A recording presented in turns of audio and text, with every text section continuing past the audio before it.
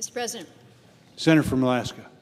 Mr. President, well, here we are. We have successfully voted to proceed to S-2657, which is our vehicle for the American Energy Innovation Act. We are now to that point that many of us have been waiting for some time, and that is the opportunity to debate, to offer amendments, and to pass this measure, hopefully on a strong bipartisan basis. And I want to encourage all members to look at the bill that is now before us and to ask those questions. Look at how, with this update to our energy policies, we will be moving forward with innovation. We will be moving forward with energy security, grid modernization, cybersecurity, workforce security. So we are in a good place here this evening. As I mentioned in my very brief remarks before the vote, it has now been more than 12 years, more than a dozen years since Congress enacted comprehensive legislation to update our energy laws. And when you think about what has happened in a time period of a dozen years, 12 years. 12 years ago, we didn't have iPads. 12 years ago, we weren't even thinking about this shale revolution and what that would mean to America, turning us into an energy superpower. Over the course of 12 years, the costs of renewable resources have come down dramatically. New technologies are emerging, but what hasn't kept pace are our policies. Our policies have not kept pace. And when they don't keep pace, we miss out on opportunities to further our energy leadership, and we're failing to adequately address what I think are some very significant challenges. And that's why the innovation package that Senator Manchin and I have put forward is so important at this time. What we're seeking to do is to modernize our energy laws to ensure that we remain a global energy leader. We seek to keep energy affordable, to strengthen our security, and to increase our competitiveness. And we do all of this. We do all of this while making our energy cleaner and cleaner, to protect the environment and to reduce the impacts of climate change. So within this measure, this American Energy Innovation Act, we have included more than 50 related measures within this package that reflect the priorities of more than 60 different senators. So what we've done is we've gone through this committee process, and it's, as I mentioned, been a very robust, very thorough committee process. We've arranged these 50-some-odd measures into two titles, with the first focused on technological innovation, and the second title is focused on security and workforce development. So just starting with the first title, and that is innovation. We really start with the first fuel. First fuel is energy efficiency, which has tremendous potential to lower energy bills and to meet growing demand. We certainly know and understand that in a place like Alaska, cold state, it helps our families, our businesses, and the environment alike when we can be more efficient in our energy consumption. I think we recognize that efficiency is often the easiest and often the cheapest option. And that's why within our bill, we take steps, reasonable steps, to improve the efficiency of everything from schools to data centers. I mentioned also that we will renew vital programs like weatherization assistance, again, which is so key to so many in states that are cold or very warm in the summertime. The second subtitle in the bill is focused on renewable energy. And I think when, again, you think about what has happened in the energy sector in a 12-year period, the progress we've made with renewable energy is remarkable. With this provision, we focus on resources like wind and solar, geothermal, hydropower, marine, and hydrokinetic energy, which offer the potential of virtually unlimited energy. And again, as I mentioned, the cost of these technologies have come down in recent years. So what we aim to do with our bill is to keep that going so that as we make our energy cleaner and more renewable, it is also more affordable. The third subtitle in the innovation package focuses on energy storage. We talk a lot about energy storage, and folks looking at that as really being the holy grail here, but it really is critical to overcoming the variability of certain renewable resources. And here I want to recognize a colleague, my friend here, Senator Collins from the state of Maine. She's been a real leader on this issue. We have taken her legislation, she incorporated, we called it the Better Energy Storage Act, the BEST Act. We took the BEST Act, we included 4 other bipartisan bills, all focused on storage to advance these technologies. Another subtitle within the innovation space is carbon capture, utilization, and storage. Technologies that reduce and even eliminate greenhouse gas emissions from coal and natural gas plants.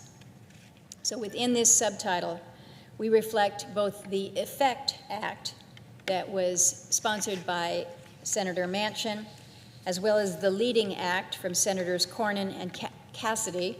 This will help us build on the work that Congress has done to promote CCUS through the tax code. Another area of great focus within the bill is nuclear energy, clearly our largest source of emissions-free energy. Here in this country, we created nuclear energy. American ingenuity created nuclear energy, but conventional reactors are closing. And what has happened is we have ceded our global leadership in recent decades. So through my Nuclear Energy Leadership Act, we call it the NELA, the Nuclear Energy Renewal Act from Senator Coons, as well as the Integrated Energy Systems Act from Senator Risch, we seek to restore that leadership for next generation reactor concepts. Now, we also support innovation and smart manufacturing for industrial and vehicle technologies, which will help create good jobs in America's heartland. These are some of the toughest sectors for emissions reductions, so in this space particularly, innovation is really key. And I want to thank our colleague from Rhode Island, Senator Whitehouse, who just left the floor, for his leadership on the Clean Industrial Technologies Act. The last part of the first title will provide updated direction and authority to the Department of Energy, which is really at the heart of federal efforts to promote energy innovation. And to give just a couple examples here, we renew the popular ARPA-E program, and we improve the Office of Technology Transitions. So then the second title of the bill is more broadly focused on security and workforce development. We start off with focusing on supply chain issues as they relate to minerals themselves. I have included the American Mineral Security Act, which recognizes that our foreign mineral dependence is really our Achilles heel. Right now, in the United States, we import at least 50% of 46 minerals, including 100% of 17 of them. And what we've seen is a foreign dependence that has grown significantly over the recent years. So what we seek to do is to take some real steps to reverse that and rebuild our domestic supply chain. And if we can do that, everyone from our military to our manufacturers will benefit. So when we think about the security space, we also have to focus on cybersecurity. We all understand that a successful cyber attack against our nation's critical infrastructure, including the electric grid, could have devastating and far-reaching consequences. So to guard against that, we provide new mechanisms and incentives to protect our cybersecurity and modernize the domestic grid.